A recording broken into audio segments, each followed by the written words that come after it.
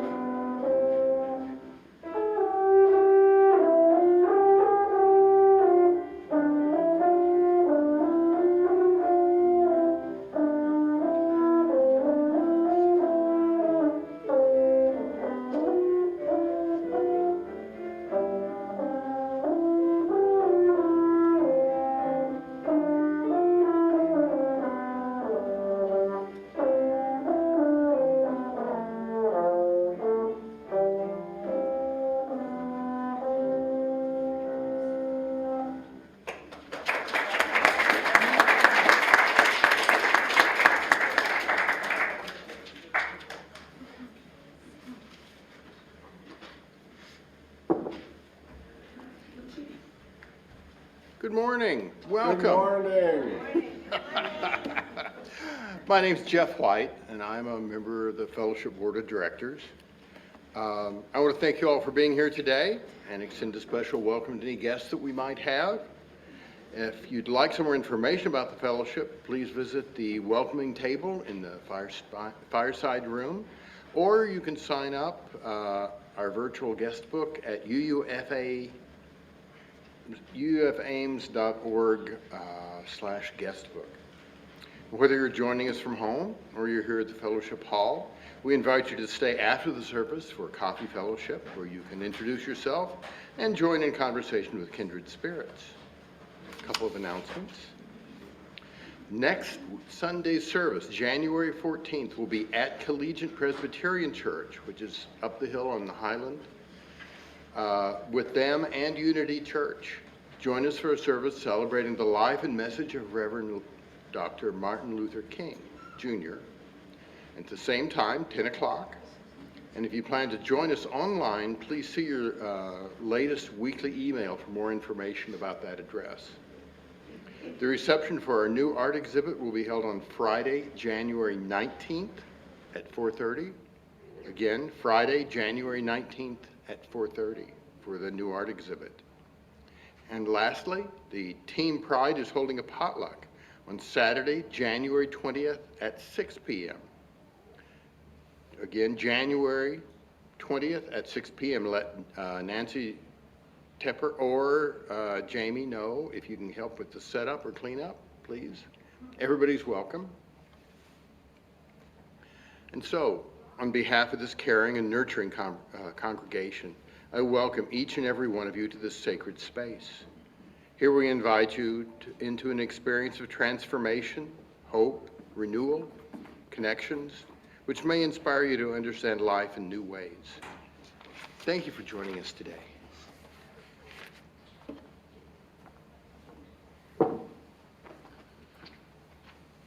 Our opening words this morning are from Reverend Gretchen Haley. For this one moment, know that you are loved, that you are safe and whole and loved. Know that you belong here, here among us, here on this earth, in your body, however tired or broken your heart may be. Whatever fear, disappointment, or anger you carry, for this hour, know you are not alone. Feel the presence of others surrounding you, breathing beside you and with you.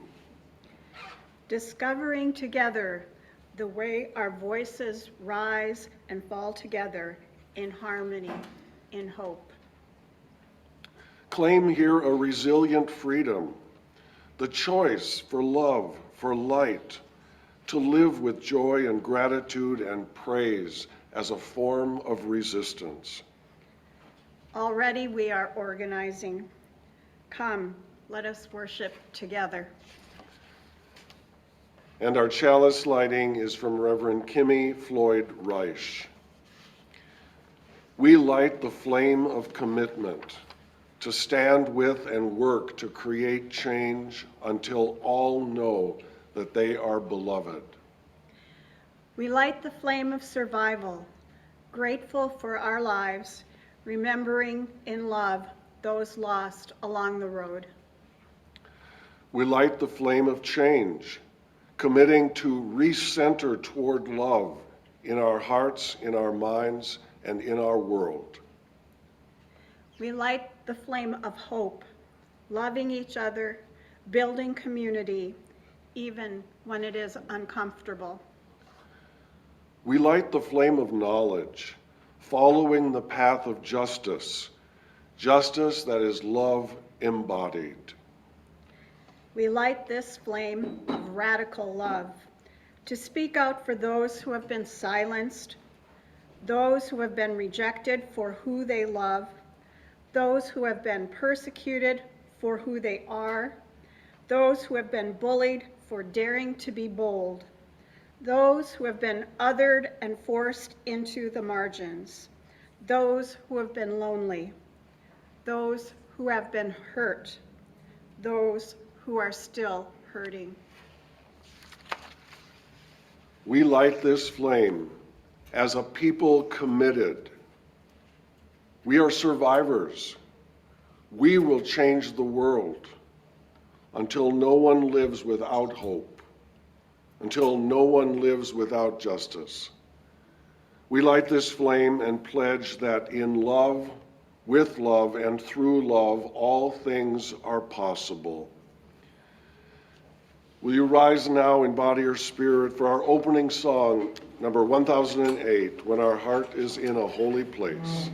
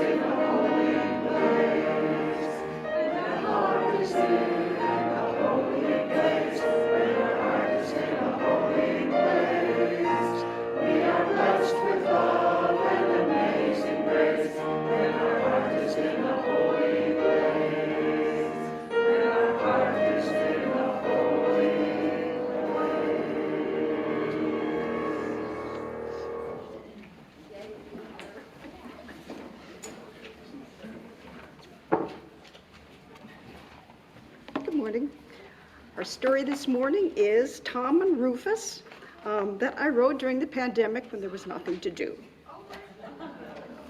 Tom was bored. He was also sad.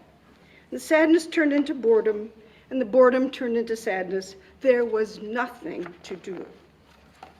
He thought about the exciting life he once had. He'd been a fire safety dog for Lou, who lived next door. Tom would jump on Lou's fire truck, and together they would visit schools and tell kids how to prevent fires and what to do in a fire emergency. If your clothes catch fire, Lou told the kids, stop, drop, and roll. Tom would drop and roll to show the kids how it was done. And then Lou retired from his job and sold his house. Tom, my old friend, Lou said, it's time you retired too. I've noticed you've been having a hard time jumping up on the fire truck. Your old legs don't work like they used to, just like me. And then Lou moved to Florida. In between naps, Tom began to notice that a robin was scrabbling around in the window box. He didn't care, whatever. If bringing bits of twigs to the window box made her happy. And then one day, in between naps, Tom looked out of the window. Ah! The robin had put goblins in the window box. Emergency! He dropped, rolled, and hid under the covers. A few weeks later, Tom decided he was more curious than he was scared and looked out to check on the goblins. Huh, they had turned into baby birds. He could hear them peeping. Every day, Tom checked on them. He began to notice that one of the babies was always peering out. Sometimes, so he could see out better, he'd stand on top of his brothers and sisters' backs. He must be the leader of the pack, thought Tom. I believe his name must be Rufus Robin. And then one day, Tom saw that Rufus had left the nest and was getting ready to explore the yard. Rufus, called Tom, wait for me. I can tell you what to do in case of an emergency. Hey, said Rufus, I can understand you. You speak Robin? Well, a little, said Tom. You speak mixed breed shelter dog? Well, a little, said Rufus. Want to learn more bird words? Want to be friends? I do, said Tom. Spring passed, summer came, and good friends Tom and Rufus taught each other important bird and dog survival tricks. One day Rufus asked, what does your bark sound like? Not sure, answered Tom. Tenor, medium pitch, uncomplicated rhythm. I mean, asked Rufus, is it a you better get out of here by the time I growl to 3 kind of bark, or is it a please leave now kind of bark? And then Rufus explained different kinds of bird calls to Tom, how some birds could make their quiet chirp sound like a bigger, scarier bird in order to frighten away harmful critters. I speak every bird language, said Rufus. I can speak crow, eagle, hawk, sparrow, nuthatch, goldfinch, owl, pigeon, everything. Get out of here, said Tom. You're pulling my leg. Nope, not pulling, said Rufus. I can teach you if you want. By the end of the summer, Rufus had taught Tom how to speak to every bird he would meet.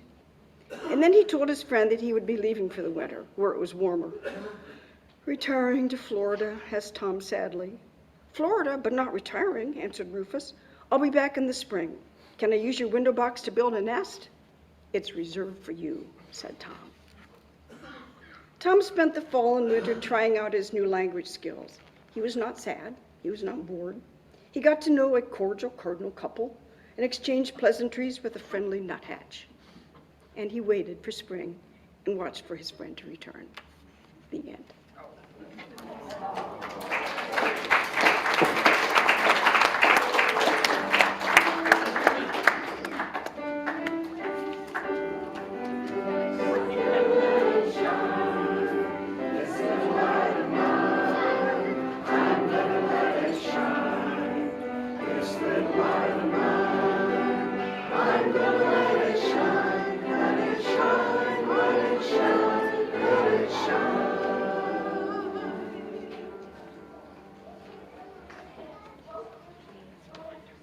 Thank you, Carol, for that lovely story this morning. Our meditation comes from Daily Afflictions by Andrew Boyd. And Boyd offers an acerbic take on self-help books. So please be warned. Some people may find his writing a little sharp and even sacrilegious. But I bought the book at the First Unitarian Church of Tulsa, Oklahoma.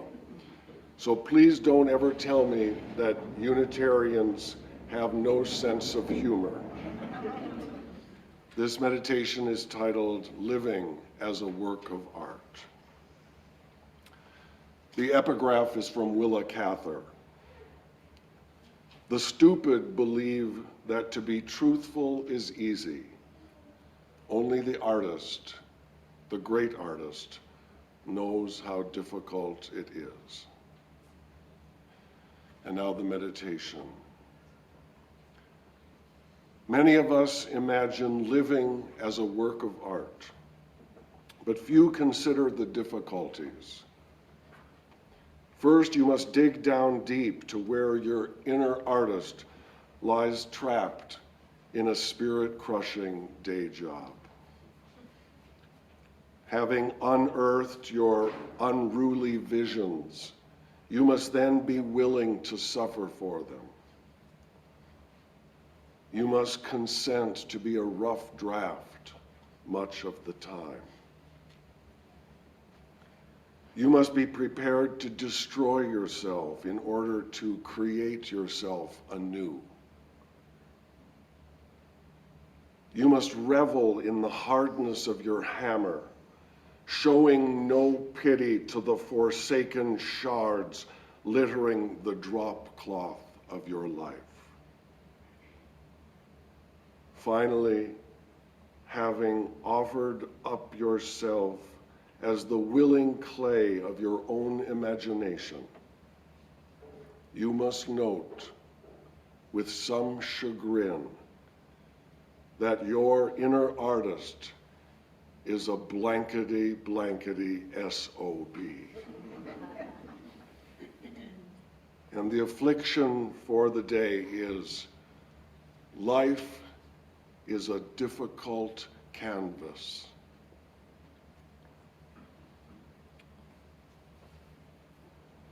And as we pause to reflect on the difficulties in our lives, today we also join the families and the community of Perry, Iowa, as they mourn the tragic losses from senseless violence in the school.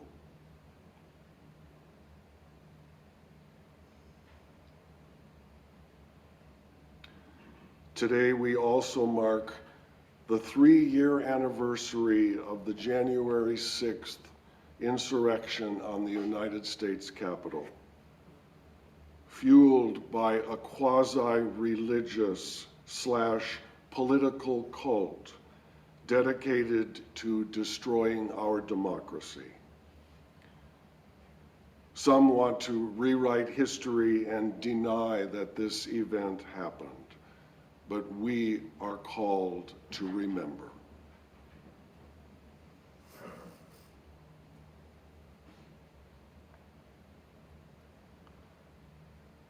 And this morning we light one final candle for all of the difficulties that we hold in our own hearts.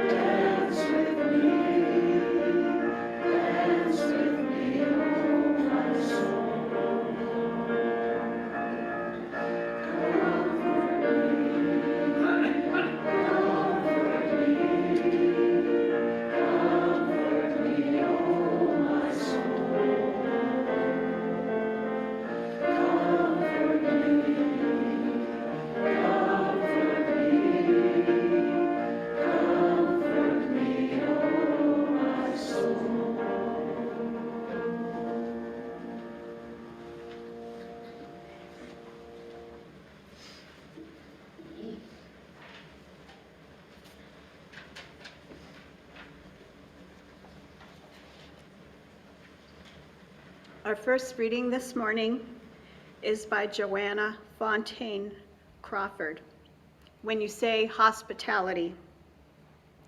Me, I grew up in the South.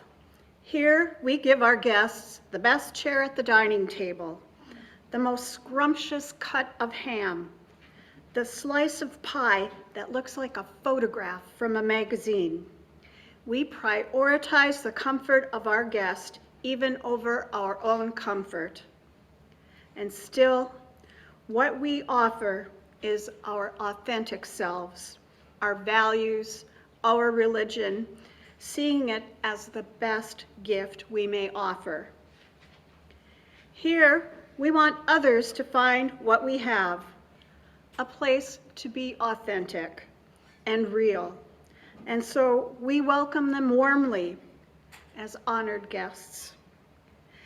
When the church begins to get full and most of the seats are taken, we love it. We, the members, love it because it feels so cozy and friendly. We scooch together, happy. What is so comfortable to us is not to our guests. It says, there is no room for you here. And so, in an act of radical hospitality, we prioritize the comfort of our friends whom we do not yet even know. The crumbling piece of pie, the one last, face it, it looks a mess, tastes so good to me when I am surrounded by the friends I love. The second reading is by Manish Mishra Marzetti, Facing Fear, Trusting Love. Every day, as leaders within a spiritual community, we must realize that our actions and inactions affect dozens, if not hundreds, of lives. How do we prioritize the list of pressing needs? What do we have time to get to today? What will have to wait yet another day before the needed time emerges? Will those decisions mean that someone who needs care and support might not receive it today? Will we meet our fundraising and budgetary goals or fall short? Will someone leave our Sunday service feeling less welcome than they should? Will we have enough volunteers for our religious education classes? The possibility of failure abounds.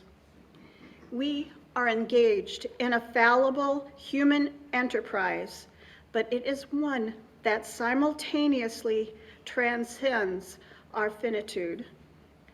Amid the uncertainty, amid the risk of failure, can we remember why we stepped forward?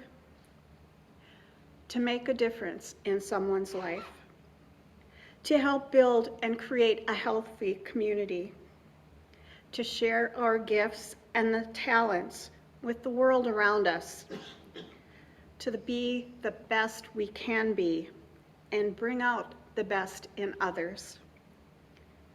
Grounded in these intentions, it is never possible to fail.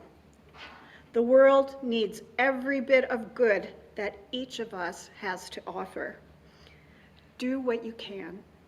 Trust that gifts offered in love will be received in the spirit of love. Trust that what we are contributing to is far greater than any one of us. Trust that even when we fall short, the good that we are able to do matters greatly.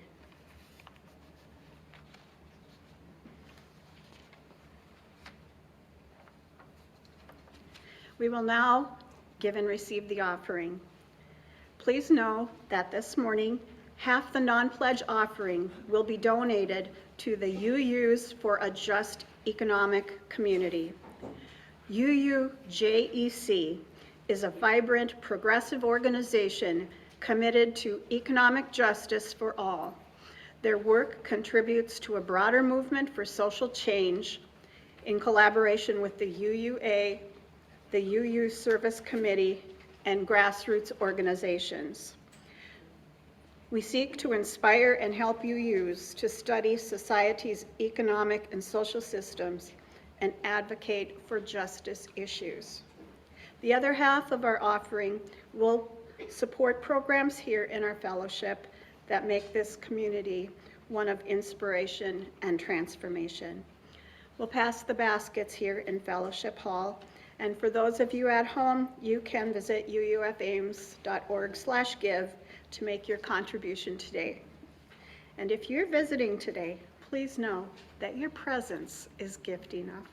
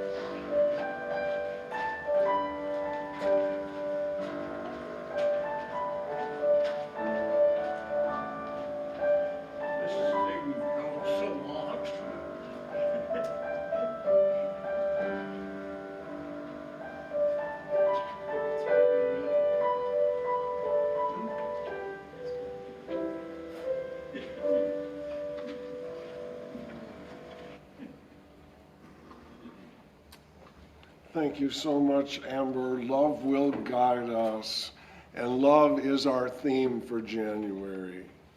Good morning, Central Iowa and beyond. My name is Reverend A.J. Galazin. I'm your interim minister. My pronouns are he and his.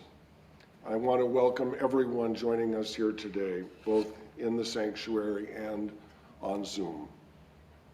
Wherever you are on your spiritual, ethical, or questioning journey, you are welcome here. Today is the first Sunday of the month, and that means it's Newcomers Sunday. And I will meet immediately after this service over by the tree with anyone who considers themselves a newbie. So if you are visiting today for your first, second, third, fourth, or fifth time, please join me for an informal welcoming gathering. But every Sunday should be Friendly Sunday. If you notice someone you don't know, please say hello. I hope you all had time for lovely holidays with your friends and family. We ended last year with several special services to celebrate the season. And thanks to everyone who helped out with all the extra work and fun involved. We had some actors and singers and kids and everything. At the beginning of December, I spoke about how I loved Advent calendars. And some anonymous Santa Claus dropped off a chocolate-filled Advent calendar for me. And I especially enjoyed the anonymity of this gift, so I can thank the entire fellowship. And it's proof that at least one person listens to my sermons. I often say that worship is the work of the people, and last Sunday was no exception. Thanks to Sam Wormley and Mark Witherspoon for shepherding last week's service that was produced totally on Zoom and included participants whose primary connection to this congregation is electronic. You have shown that you don't need me, and that's great. But guess what? For a few more months anyway, I'm still here. Thanks to the search committee and everyone who participated in the Breaking Barriers Building Beliefs workshop this weekend. How many of you were there? I know I saw a lot of you. It was a great way to clarify some hidden and unspoken prejudices and preferences as you continue your search for your next minister. Last week, I enjoyed wonderful time at home with my family in Wisconsin. For the first time in 22 years, we had no snow at Christmas.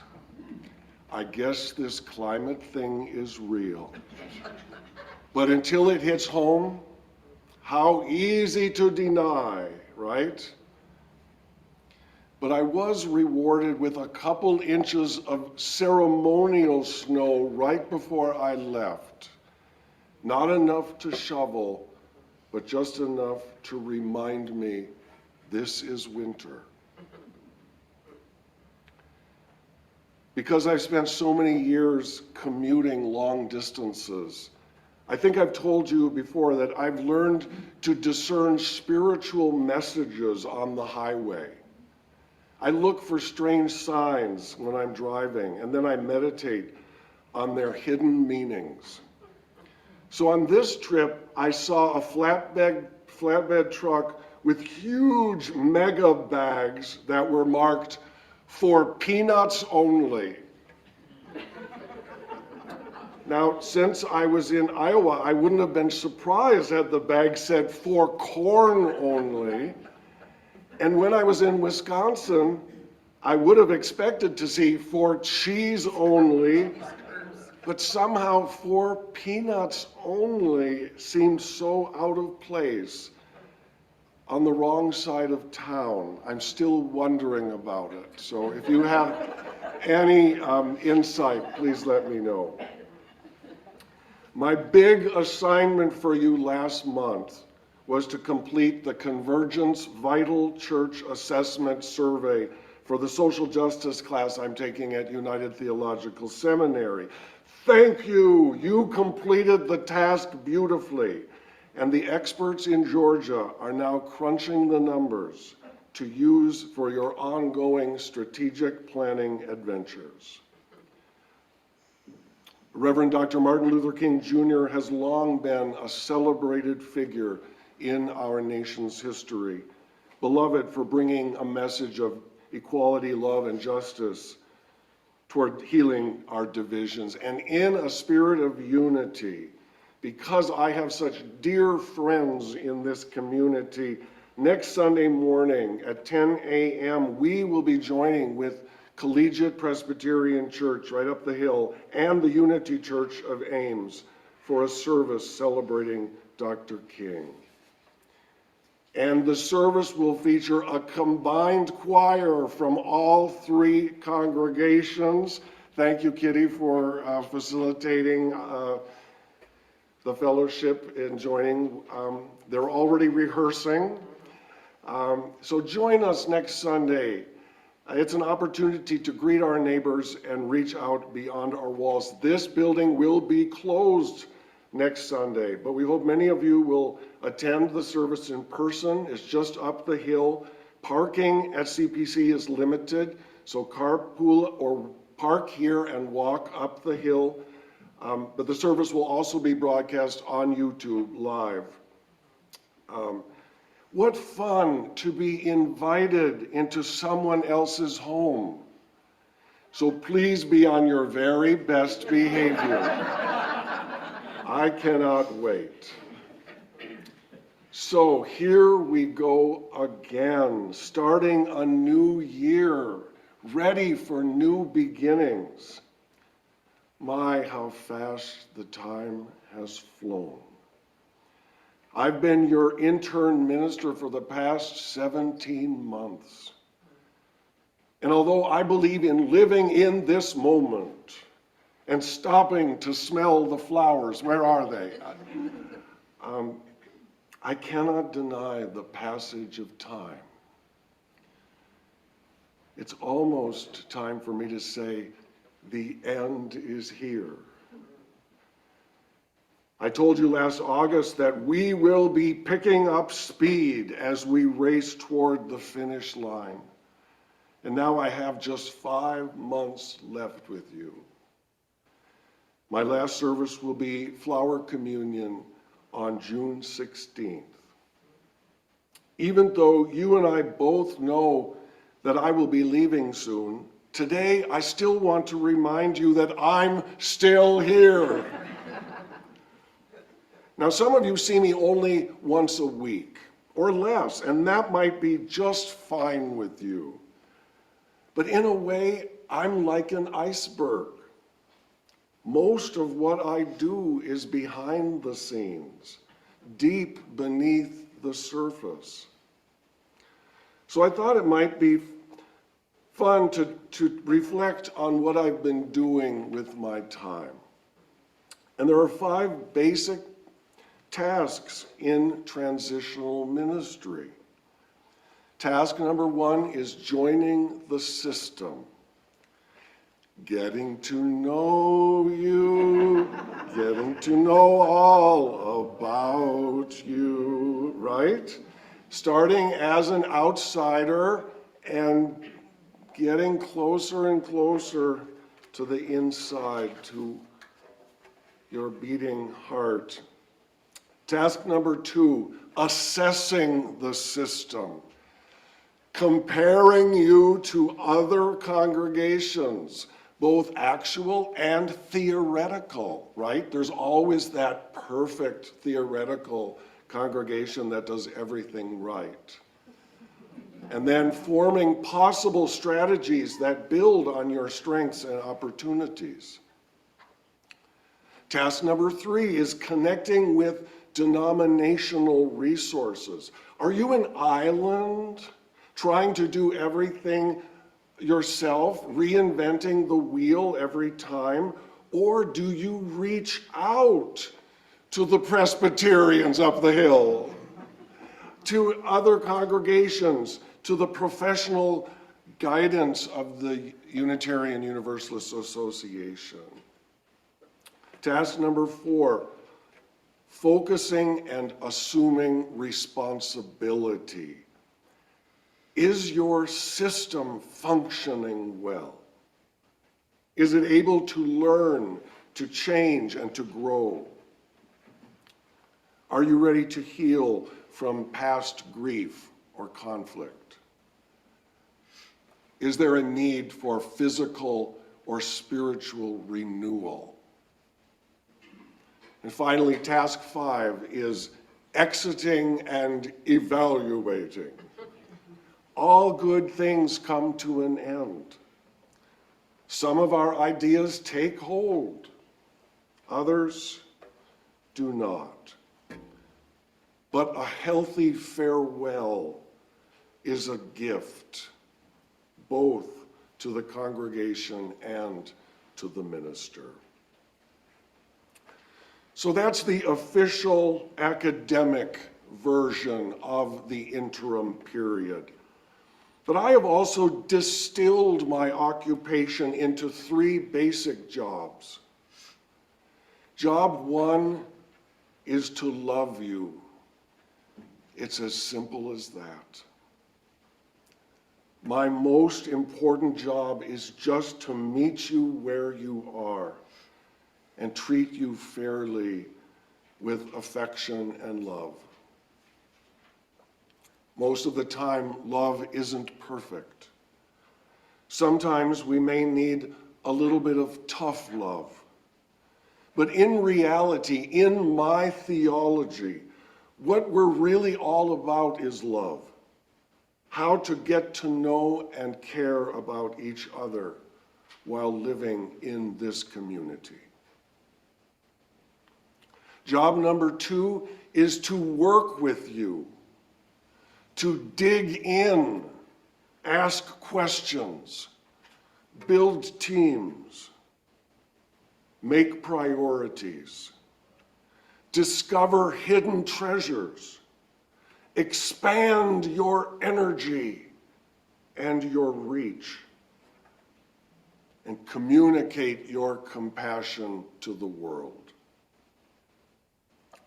And finally, job number 3 is to say goodbye to you, to set you free on your way, with all my best wishes and blessings for what comes next. So how am I doing? Okay, job number 1, to love you. Check. You are certifiably lovable. Job number 2, to work with you. Check. Together we have set and achieved many goals, with others still at various levels of completion. Not everything will get done, to be sure, but your next minister will be in a great position to hit the ground running. And finally, job number 3, to say goodbye to you. Check. Because goodbye is a process. We shouldn't wait until the very last minute to deny the inevitable. Let's begin slowly and carefully in preparation, because in the end, we are all temporary traveling companions. But once again, I need to remind you, I'm still here. I still have some spring in my step, some gas in my tank, and some juice in my batteries. During the next few months, I will be deeply involved with management tasks. I will be working with your congregational administrator, your religious educator, the board, the transition team, the Sunday service committee, and the Caring Network, among others. But our big goal is to bring 3 new staff members into this fellowship: a music coordinator, an office assistant, and a membership coordinator. Each of these positions will require much cooperation in recruiting, hiring, onboarding, and integrating. Without a doubt, this is a time of growth for this fellowship. And growth is not a selfish ambition. You have created a unique culture and message here, a saving social gospel, if you will. Your vision and mission is far too important to keep hidden for yourselves. This is an exciting time. Change is in the air. We know it's coming.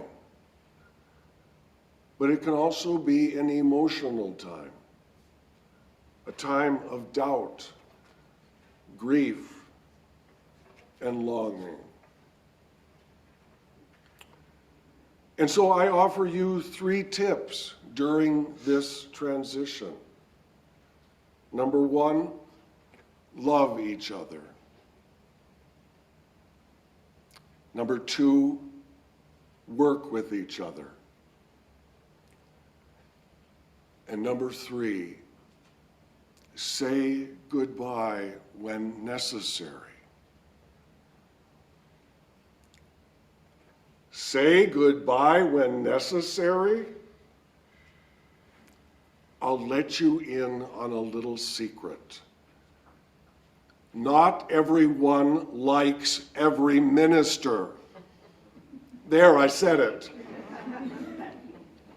This transition may be extra difficult for some of you. They've even done studies on this.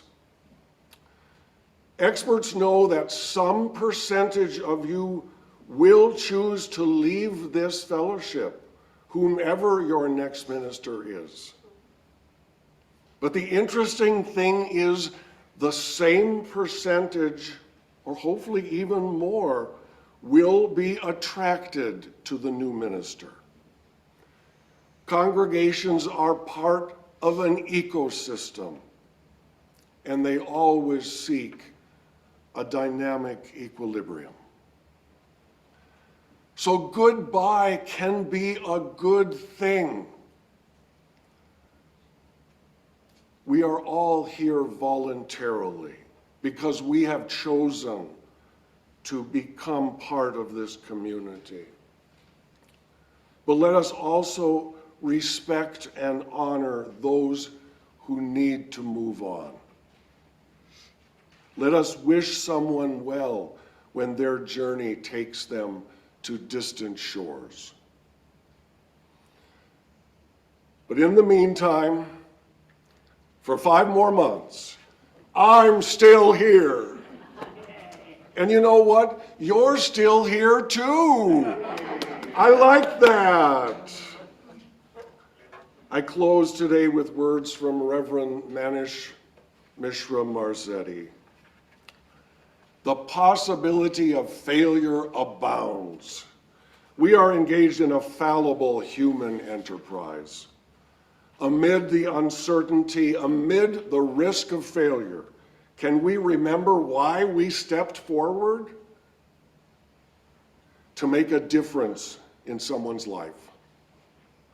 To help build and create a healthy community. To share our gifts and talents with the world around us. To be the best we can be and bring out the best in others. Close quote. May it be so. Amen. Please rise now in body or spirit for our closing song, 1014, Answering the Call of Love.